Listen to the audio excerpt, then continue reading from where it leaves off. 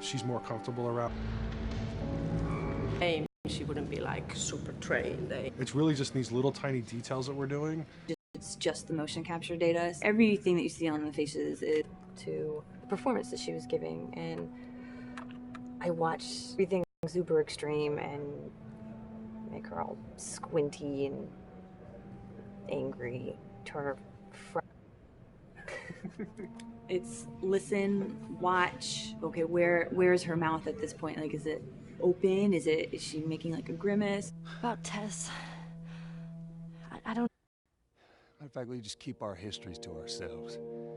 We shoot all of it to just get the body motion, and then we'll do a second pass with the cameras. The scene's playing back on an overhead projector, but it's also playing back on a monitor that's attached to my rig. Sean and I would go to the stage and motion capture the camera filming the scene, and so he would get a whole wide shot, a whole close-up for the whole scene. You know, you can change your lenses, you can use your standard 35, 85, 50s, whatever, all that sort of live action camera cinematography, you can apply it on stage. We make sure to go back in and add flaws. We keep the confinements of the room so the camera can't go past a certain wall, because then we have this cheated perspective. If the cameraman bumps into the wall, we keep it. You know, missing focus hits when you're pulling focus, going too close to a character and reframing, those little moments in there. It kind of keeps it very cinema verite. If everything was too perfect, you wouldn't be able to put your finger on it, but you'd be able to feel it. It would just feel off. It's very much about grounding it, despite having, you know, the option to do whatever we want. Being able to place the cameras anywhere we want after the motion capture gives us both advantages and disadvantages. The biggest advantage is it means that we just have to nail the best performances we can get, and the luxury is that we can always swap it. The 3D world gives you limitless opportunities with cameras and movements, exposures, all that stuff. Most of these cameras are sort of set up like real world cameras. So we have lens, we have f-stop that will create the depth of field. We have aperture to, you know, set our film back and all that stuff. A master, and then I have my close-ups, my over-the-shoulders, sort of just like a live-action production. Let's go to camera 30 at the 23.458. Then I get that kind of weird, you know, bend across his back. The closer I bring the camera, the more bend I get, which is, you know, doesn't look right. It doesn't look as, it looks less cinematic than if I do that, which flattens the whole thing. And I'm trying to also catch Ellie. Like if you scrub a little more, you know, catch her in the back here. So I want a longer lens of that kind of stuff. Since I've only had experience working with live action before I got into video games, it was a kind of a cool adjustment to be able to have this extra flexibility in post, to swap a line of dialogue for something different, even though that's not what the actor said at that live action. How far are we gonna take As far as it needs to go. Where was this lab of theirs? Because our actors are both the voice and their body, they get to play, they get to try things, they get to work with our director to kind of come up with new ideas, or even our director will have a new idea on the spot that wasn't there in the script, but realizing when he sees it, oh, well, this would actually be better, this might feel better. And those changes all just happen organically there on the set. He could even lead straight into his thing. It's like, no shit, yep, Ty would want to do that, so we rented 2 Harleys and drove cross country. Keep it pretty succinct, like we got the bikes, rode them cross country. Cool. It's shocking to me that this is Neil's first time directing. There was a specific tone and a specific approach that Neil and Bruce wanted to take with this. It just came down to there's nobody knows the story better than you, and then there's nobody that knows these characters better than you. Why don't you just do this? He and I actually had a conversation about it. He says, I think I'm going to try this myself, and I'm not sure. Neil was fantastic. The floor is yours. Okay, so remember, you've been running away from this turret-mounted truck. If you come to this dead end, you're going to look up and see a potential way out. And action. Check it out.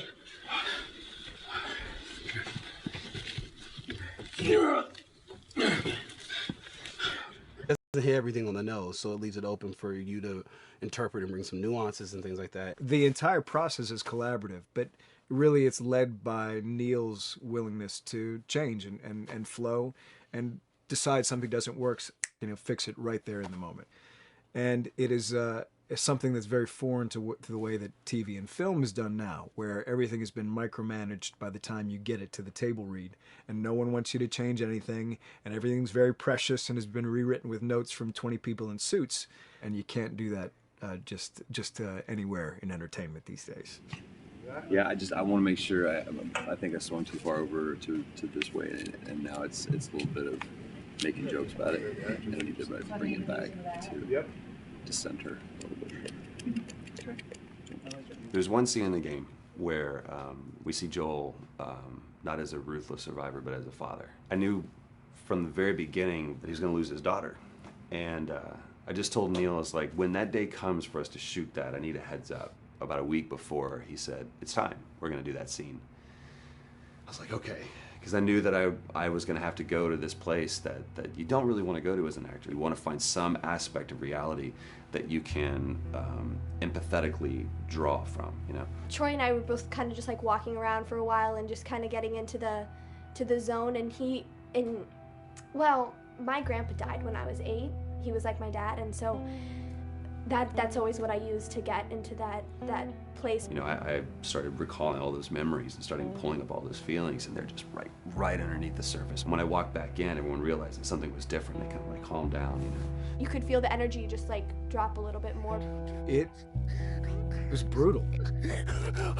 I lose my shit. I mean, just completely break down. Don't do this, please, God, no. Oh, God, no!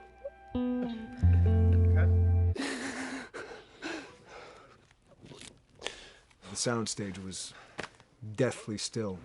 It was the first take, and I felt really good about it. And it's like Neil said, okay, let's do it again. And so you do it again, and automatically you feel like you're manufacturing because you're trying to go back to that place, and you know you're in that actor nightmare of trying to get back to that reality. And we go through it again in 5th and 6th and 7th take, and I'm just exhausted. I'm crying between takes, and I'm looking at Neil going, this is really, really hard. And finally, after like the 8th or 9th take, he said, all right, I think we got it. I was like, oh, thank God. And I went outside, and I was just jacked up for the rest of the day. Just I mean, a wreck emotionally. But we got it. Then 2 weeks later, he calls me. And he says, so we need to reshoot a scene. I'm like, cool, what scene are we doing? And he just looks at me. I said, dude, don't do this to me. And you can either at that moment throw your hands up in the air and say, fuck this, and walk away. Or you can say, okay, this is an opportunity to get it more right. I'm like, okay, all right. If you don't think you got it, I'm going to show you that you got it. We've got it in the can. And so we go through it again, and it just feels fake, feels artificial. And Neil goes, go through it again. We start doing it again. And I'm getting madder and madder with each take. And finally, about the 4th take, Neil comes over to me, and I love him so much. He goes, so I'm picking up on some resistance. I was like, you're damn right you're picking up on some resistance. We've got this in the can already, and we're just wasting our time, and we're wasting all this effort and energy. And then he started talking me through the scene. And he was like, what I need you to do is I need you to just strip yourself of all these ideas, and I need you to hit this beat, and this beat, and this beat, and this beat, which just makes it sound so mechanical, and it's such an emotional scene. So we start going through it, and literally I am mindlessly doing these things at this point. Okay? I know it hurts, baby. I know. So I'm gonna lift you up. I'm gonna get you over here. Come on, baby. Come on, work with me, please. God, baby. Sarah. Sarah! Don't do this to me, baby. Don't do this to me, baby. Come on. And he stops, he goes, now we got it. And I realized that the reason why I wanted that first take to work was because I wanted everyone to look at me and go, wow, what an actor. And that's not what the scene needed. Those moments where you just have to sort of calm your ego down and just go back and do your work. That scene actually works, not because of me, but in spite of me. And that really is the marker and definition of working with a truly good director. There are many like it, but this one is yours. Why don't you have a seat?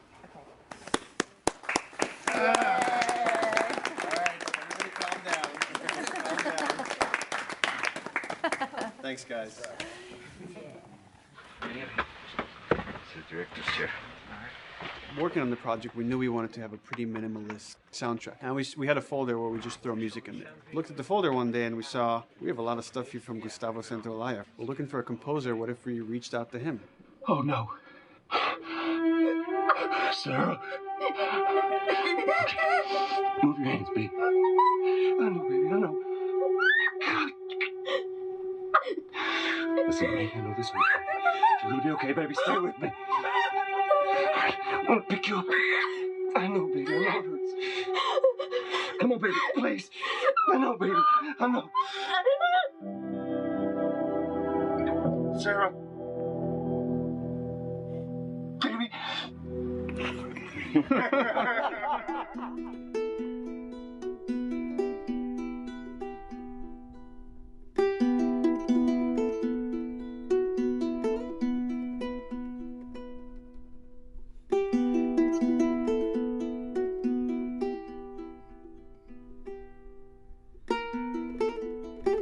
My life has been and still is kind of like a road movie. I grew up in Argentina. I came to the United States in 1978 because we had a horrible political situation in Argentina. We had a military dictatorship where 30,000 people disappeared at the hands of the government and many other more were tortured, and I was blacklisted. It was just impossible for me to keep on living there. I've been jailed many times since I was probably 15 years old just because I had long hair and I play an electric guitar. So I had to embark on this trip.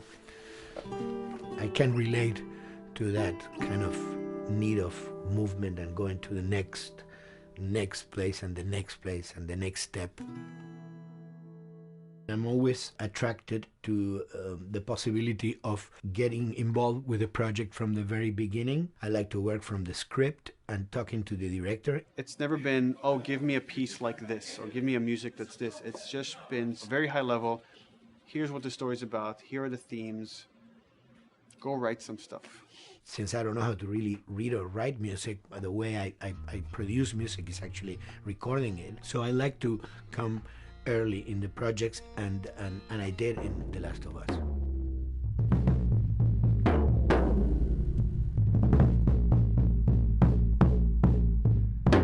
One thing that was fantastic from the very, very beginning was the freedom I had to try and to do whatever I felt could work, you know?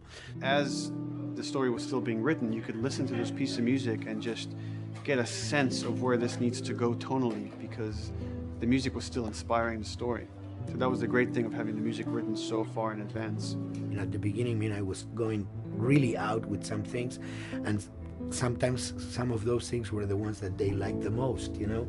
So I really felt very motivated to work, and I enjoyed immensely working. It was this very organic back and forth experience where one element was inspiring the other and vice versa. I needed to go into some more dark places, more textural and not necessarily melodic.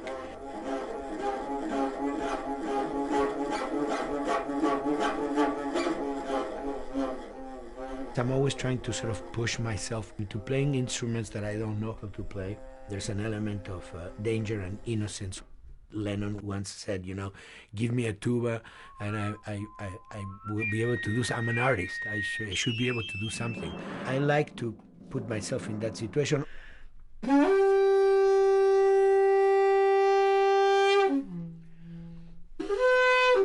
So these are just PVC pipes, the one you use, you know, in construction.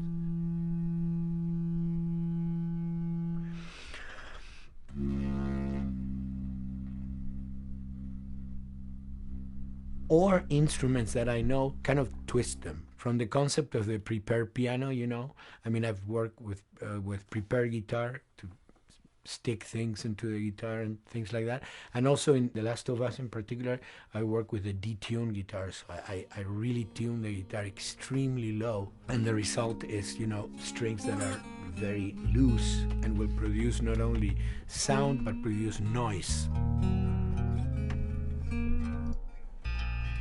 Because I believe, you know, every environment has its own sound. We have in our, you know, small studio, we have actually the possibility to record almost anywhere, including the bathroom, and we have done some fabulous recording, especially in the kitchen.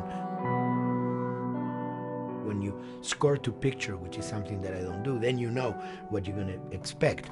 But when you provide people with music, like I've done in all the films that I've done, and then you see it, how the director decided to use that, you know, in what particular way he uses it or where they edit it, it's always fascinating to me. I watch a scene and I'm going, you know, it's fantastic how they use this piece. I would have never, of all the music that I've done, probably I would have never used this piece there, but it works, you know, great. So I like that feeling of a collaboration.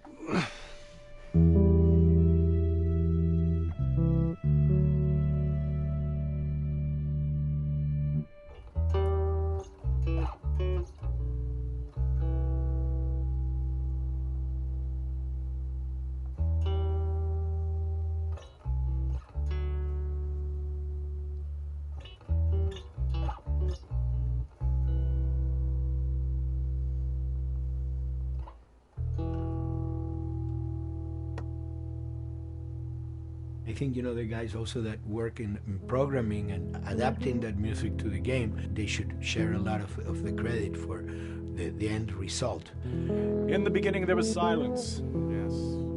Then they hired sound designers. Then they regretted that decision.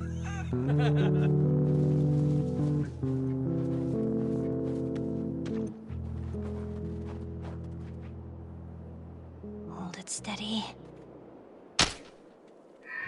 Ha! Got you! In a much quieter environment like that, we really had to fill out the lack of sound in a way. Your brain is thrown off because we're expected to hear buses and crowds. All of a sudden I hear wind and leaves rustling. Again, it's creepy and beautiful at the same time because it's almost like I'm going on a hike, but I'm in a downtown area.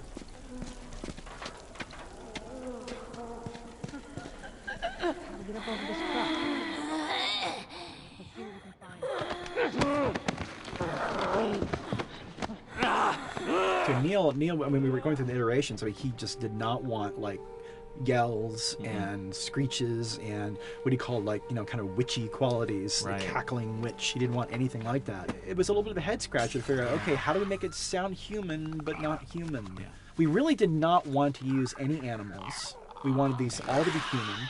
Derek and I basically decided to hire a couple of voice actors who did some interesting work vocally to see if they could come up with something.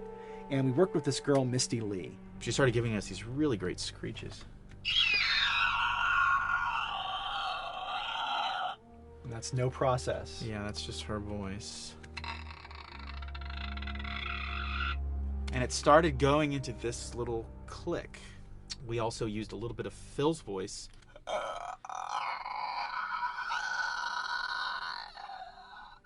We'd combine that also with an occasional Derek. That's just me, you know, moving my tongue. And what that kind of did was it sort of grounded it all, like maybe in the mouth area, the wetness, all that kind of stuff. And it adds a nice texture, actually. This is a composite of all the bits I just told you about.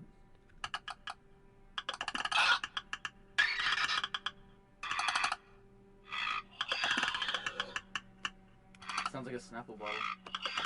Oh, the lid? Like the lid, yeah. Hey, that's a good idea. Fuck, where were you guys like months ago? Why didn't we think of that?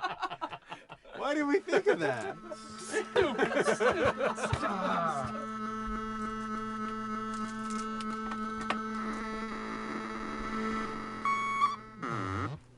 Viewers at home, you're probably wondering what this is. Let me tell you. About 10 years ago, I saw this Synthy A suitcase synth. I wanted to get one. This finally arrived in January, just in time to start using. I thought, well, what can I do with this?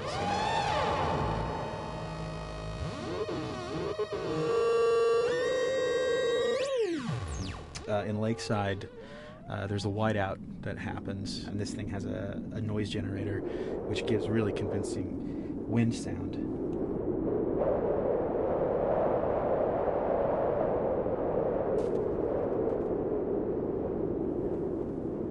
The military still has technology. There's sirens and alarms, so I wanted to try some new concepts.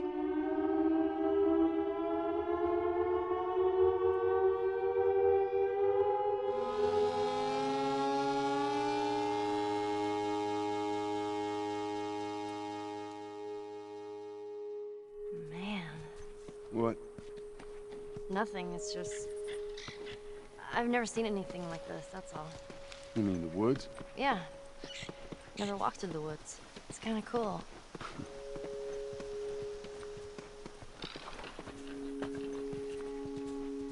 We consciously take in consideration lighting in the beginning. Most of the game, we don't really have any real man-made light sources, so everything is naturally lit. In the past, you know, we could use a lot of artificial light, but in a world that has no electricity, We have to hide most of the time, and that requires getting very close to certain assets.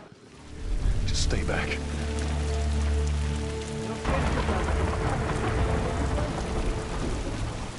Otherwise, can't. Detail's expensive, and if you build up too much of it, you end up running into technical problems, right? Your engine slows down. When the frame rate goes down, everyone can bring up the profiling tools and see which parts of the frame actually cause the drop of the frame rate. This is the profiling tool. These are all the SPUs. Here's the GPU, and then here's the PPU. You can see, like, here's the main process and here's all the sub-processes, and you can see, tells you like how many milliseconds and cycles it's taking. The programmers are whiz at modifying this stuff and realizing, oh my god, why is this thing so big? We're taking 10 milliseconds on this thing. And then that's when they come over and find somebody and hit them over the head with a club and be like, why are you doing this? I love, we put the 30 frames per second goal because that's what we shoot for. Someone nicely put the 60 frames per second goal. It's like, yeah, we're not going to hit that. Lighters usually can come up with different lighting setup that still looks great, but is less costly in terms of performance. Did you talk to the character artist about her hand? So her face is getting a lot of spec, but then her arm is just like bone dry. You think something we can tweak in shader? We'll have to send back to character team Michael to take a look. I can play with the lights and see if that's creates more like spec. Yeah. I've never ever focused so much on lighting and how much sensitivity there is to that here. One of the first lighting scenarios I had to do was like 7 a.m. like overcast. And I'd like wake up early and like take photos with my phone. What color are the shadows, what color is the light? It is a master's course unto itself of how to deal with ambient lighting because I've never had to use it so much. Man, this is kind of sad. What is? All this music that's just sitting here. No one's around to listen to it. I don't know, it doesn't seem right. All the characters cast soft shadows onto the environment. Even when there is no direct sunlight or no direct light sources, we still have nice fuzzy shadows. When you're walking down a hallway and you see your soft shadow goes along with you projecting on the wall on the environment, that make everything look real.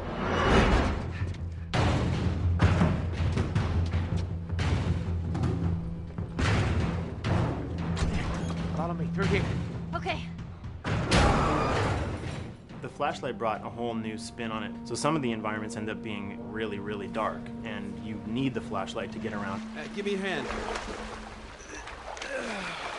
We want to have the environment be really dark, but also at the same time have colorful surfaces that are sort of hidden, so when a flashlight hits one of those, it bounces off onto the ceiling. If you shine a light on a red wall, it will bounce the red lighting on the whole environment. And it's very difficult to do, very expensive, but we did it.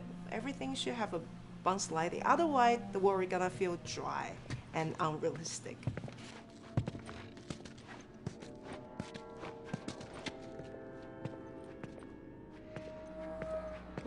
I guess this is where the assholes sleep. I mean, slept. This engine is really driven in a way towards a very high level of cinematic control over each frame. And hopefully, if we achieve our goal, you'll see it is beautiful. There are these truly beautiful moments amid all this chaos and destruction. Yeah, once we're done with this whole thing, I'm gonna teach you how to play guitar. What do you say, huh? Ellie, come on.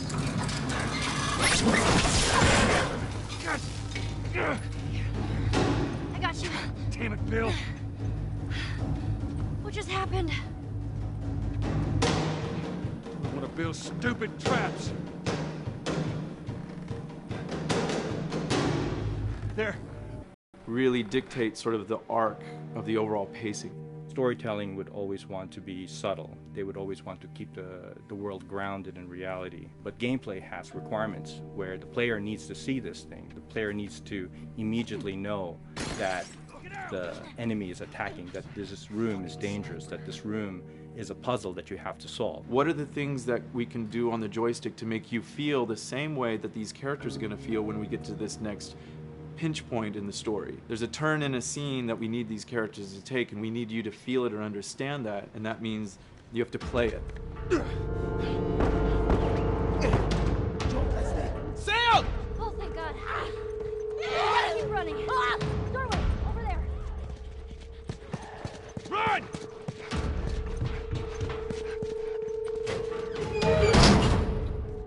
We really want to make sure that there's that contrast between the negative space and then the high tension spikes.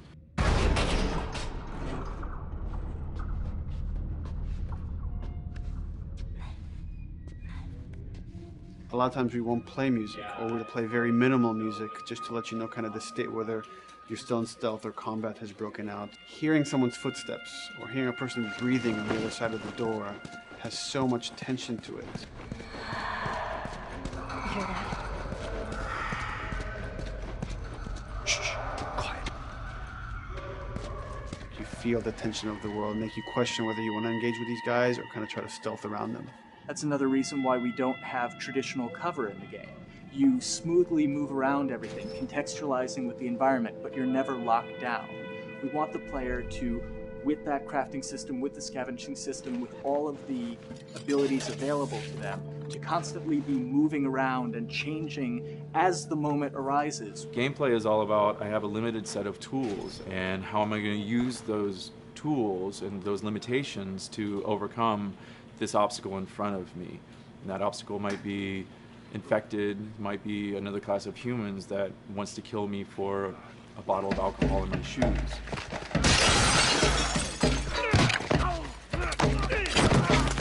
It was important for us that we don't underplay the violence, because then the threat doesn't seem as real.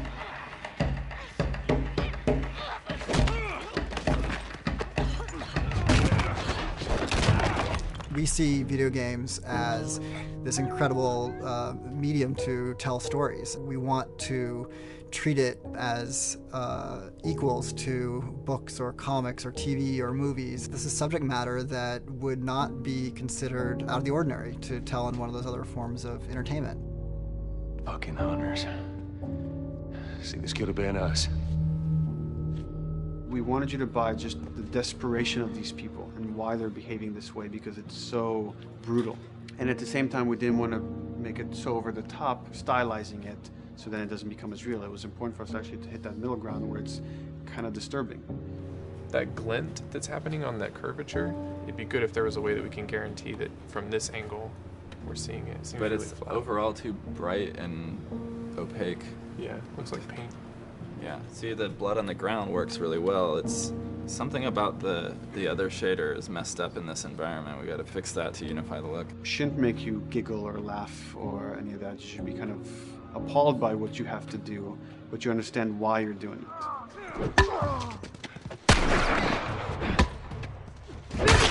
You want to feel each hit. You want to feel each concussive strike.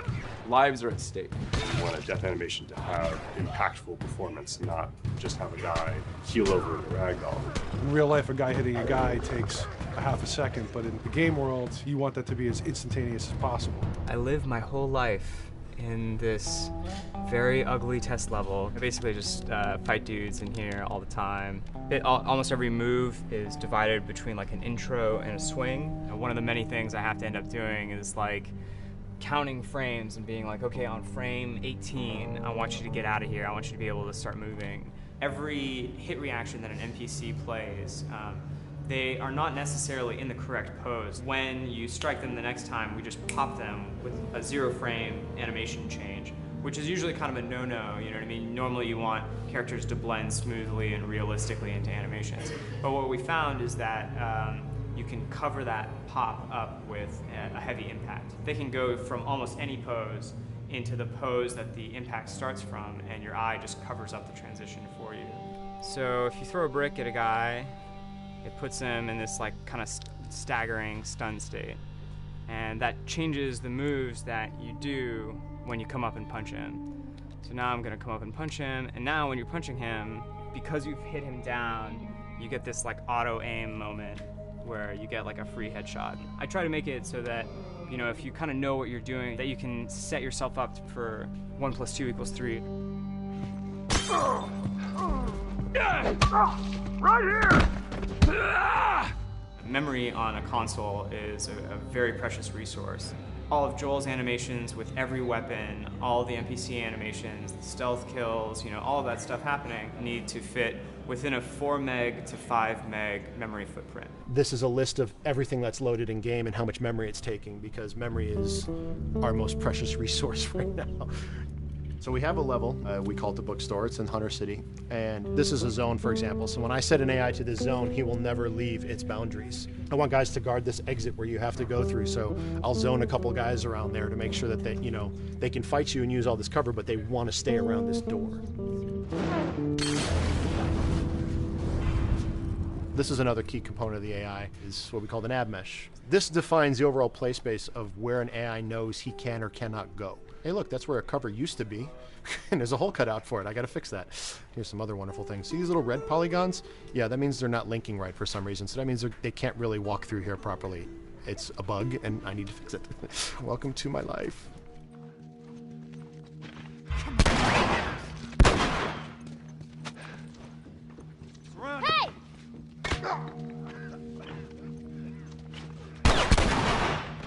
If you look at a lot of games, NPCs are usually only alive for, you know, a few seconds before the player ends up shooting them and then they're dead. We want our guys to be much more dangerous and much more threatening, which means they have to be alive for longer. They need to exist in the world for longer, which means you as the player can witness them acting out their behaviors for longer.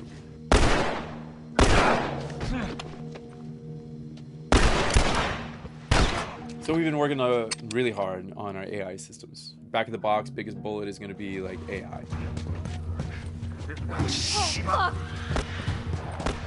So we tried a number of different prototypes with the buddies, including having Ellie be super independent of you. She would try to flank the enemies, get behind them, or get between you and them. And a lot of times those decisions should surprise you, just like a real person, a real character would surprise you. And we discovered after many different prototypes, the best thing for her to do generally is to stay very near you. You need the exploration, you need the scavenging, you need something to say like, okay, if we just crank it to 11 the whole time, then it's pinned up there and there's no time to breathe, no time to assess or analyze, and no time to really contrast. There's no way of shifting the pacing.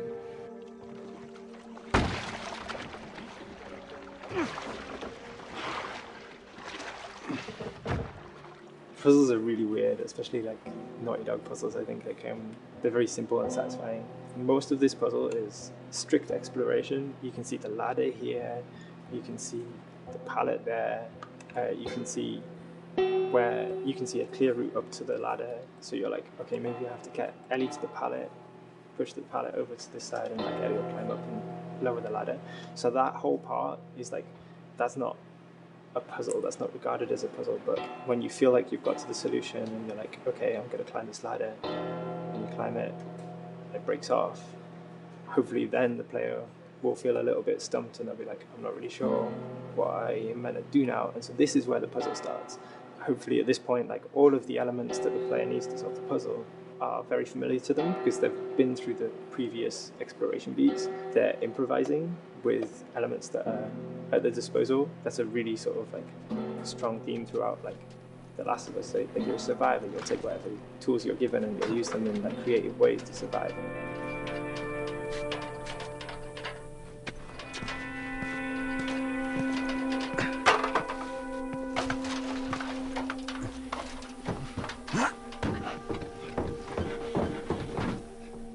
We set out to create something kind of new to Naughty Dog, this crafting system. Our lead designer, Jacob Minkoff, he got this book of like the survivalist handbook and homemade munitions and all sorts of funny stuff. Just start reading about okay, if I was just wandering around in a collapsed society, this world, what stuff that seems like I could find? Alcohol and sugar, you know, if you want to make a smoke bomb. It's difficult to balance the right amount of resources against what you think the player's going to need and making sure that the player feels like they're getting just enough to survive, but not too much that they feel like they're a powerhouse. We wanted you to be forced to make some choices in the world that showed how depleted the resources were. So if there's a particular point in the story where the characters are having a particularly difficult time surviving, then we want you as the player to be finding fewer items, farther apart, harder to survive. We will item starve you at the same time that those characters are feeling starved and worn out. Then you expose something to them. Oh, here's a cache, and if I can just get into that cache. Oh, look, there's a wealth of things in here. God, I was so worried. My health was low. If I had run into a combat, because it's always that thing in your head, it's that Hitchcockian thing about the danger that you see is less meaningful than the danger that's in your head.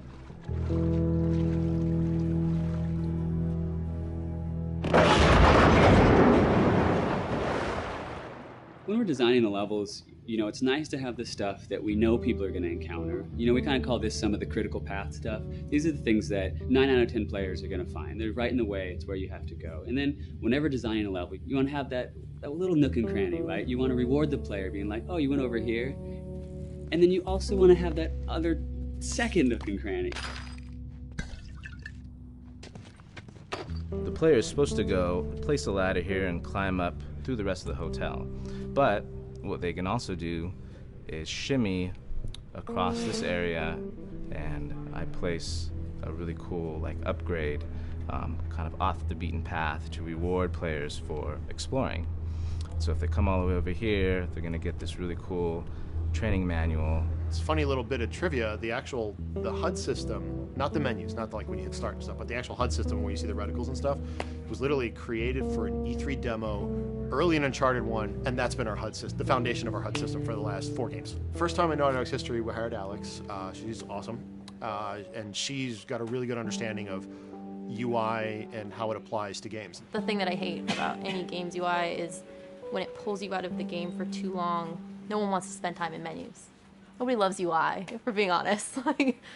Weapon slotting has probably gone through more iterations than any other system. The stuff that we finally ended up implementing, you press select, you get into this menu, then you D-pad left and right through the slots, and then D-pad up and down will change the weapon, and then just, you don't have to press X or anything, you just select out of it. When you're still, like Joel is here, that's fine, but then as soon as you get into an actual situation, so I'm gonna go over here and cause some trouble. Okay, so here they come, oh god. All right, so now I'm out of ammo. Now I need to like get back in that menu. I have to like run away from them, get into the menu, get out of it. And it ends up feeling like super clunky. Like again, okay, I'm out of ammo again. Get out of here. I need to take out one of my other long guns. And now Bill's in trouble. Bill's in trouble over here.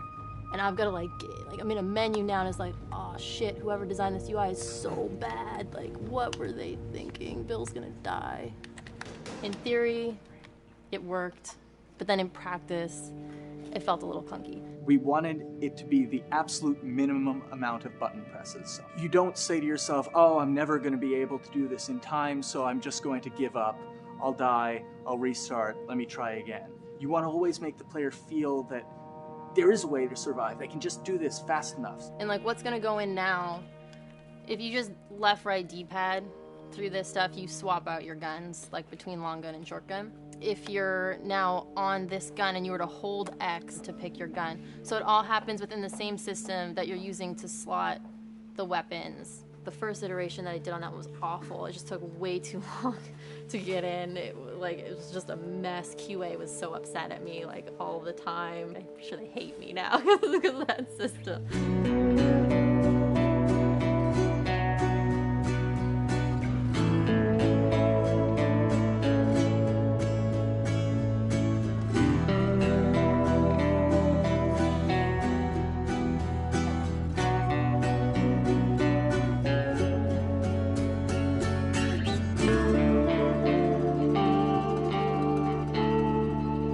I think the way the industry is kind of maturing and changing in general, you're seeing a lot more focus and importance on refinement and polish, QA being this like tighten up the graphics on level 3 bro kind of vibe, to like really being a more technical, mental, investigative job. On the publisher side, it's more reactive towards the code being delivered in a stable, controlled environment. Whereas on the developer side, especially at Naughty Dog, we are going beneath the art and the design. We're given enough weight where we can go up to somebody and be like, look, you have to fix this. Why? Come over, I'll show you. That kind of feedback, I would love to be able to say like, that was us, but it gets so diffused throughout the iteration process that you're just kind of like adding your, I guess like genes into the gene pool and then just seeing what happens, you know what I mean?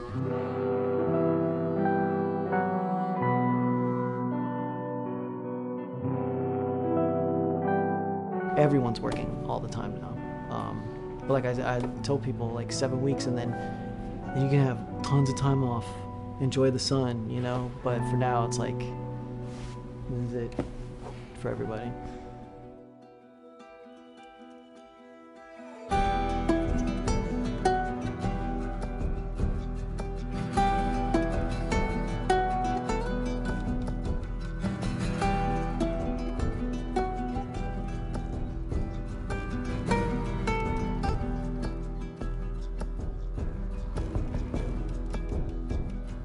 Crunching is part of making games. I feel it's human nature, right? If I'm gonna have a guest at home that's gonna come for a couple of weeks, I'm probably gonna clean their room just the day before they arrive, right? And I think it's the same thing. It's just like everything comes together at the end. I personally enjoy crunch. I think you get this like absolute laser focus because it has to come together. There's a camaraderie that also comes There's a camaraderie, totally, yeah. The vibe is everywhere, you know what I mean? Everyone's kind of like giving it 150% at this point. We're getting there, right? You start to get these glimmers, and I don't think anyone who doesn't make games realizes how late in the process you get those glimmers. 1 week before we shipped that press demo, we're all like, this kind of sucks. What's going on here? It's like, we need to dig down and find this. And in 1 week, like 1 week, the fun came together. Like you're shooting at a guy and then somebody flanks you and you hit him and you avoid the other guy who's shooting you, and then you flank and go behind cover and you're like, oh, that 5 seconds in that 15-hour game was really, really fun. How do we make that 5 seconds happen thousands more times? My favorite video game is making video games. It is as challenging and as complex and as interesting. If we had to like try all the things that didn't work, what's hard about crunch? It's like marching through that swamp of it not working. I mean, nothing's ever really final because you can always make something better. Always. So we're constantly changing and constantly reiterating and trying to make it better and better and better pretty much until we ship. As an artist, you're never really happy with your work. You could be given like 100 years to work on something, you'll still find things to nitpick and things to fix. Yeah, you can work on the game for 10 years and you'll still be crunching at the end. So it's like, okay. All of a sudden, it's like getting ready one morning in the shower, and I was just like, oh yeah, I'm about to ship another title, and this is going to be a really good title, and it gets you excited, and you're like, all right. Do I think the game's gonna be good? Yeah, it's gonna be awesome. I think it was good a little while ago, and now we're gonna make it extra kind good. of amazing. Yeah. What it will take to get there in these next 5 weeks, it's gonna be a lot. I'm excited. I have faith. Every time we're shipping a game, it's terrifying. You just hope for the best. You don't know, right? I mean, like, people have different opinions. We have to go with our guts, and I trust the team just to pull it off.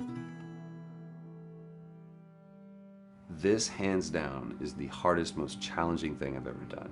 We sweat a lot, and we worked a lot, and we all went home tired, you know? But I think that's what's, you're gonna see that on the screen. I think that's gonna pay off. Ellie? Ellie? What? The ladder. Come on. Right. After David, Ellie's visibly distant. You could have done a cutscene to show, hey, you're being very distant, and she's not responding, but to also do that in gameplay to where it's something that you've done just countless times throughout the game with, you know, let me boost you up here, get the ladder, bring it down so we can do this systemic thing. and the character responds with that, and you have to actually go over to her and go, hey, come on, the ladder, we've done this, let's do this. It's a subtle choice. Like Bruce and I talked in the beginning, is like we have these mechanics, how can we exploit them in a narrative sense? And that's one of those opportunities. I just think it's incredible that happens in game. It's not a cinematic, you know. It's something that adds weight to that controller when they're playing. Wow, so good! Let's go eat. Let's go eat.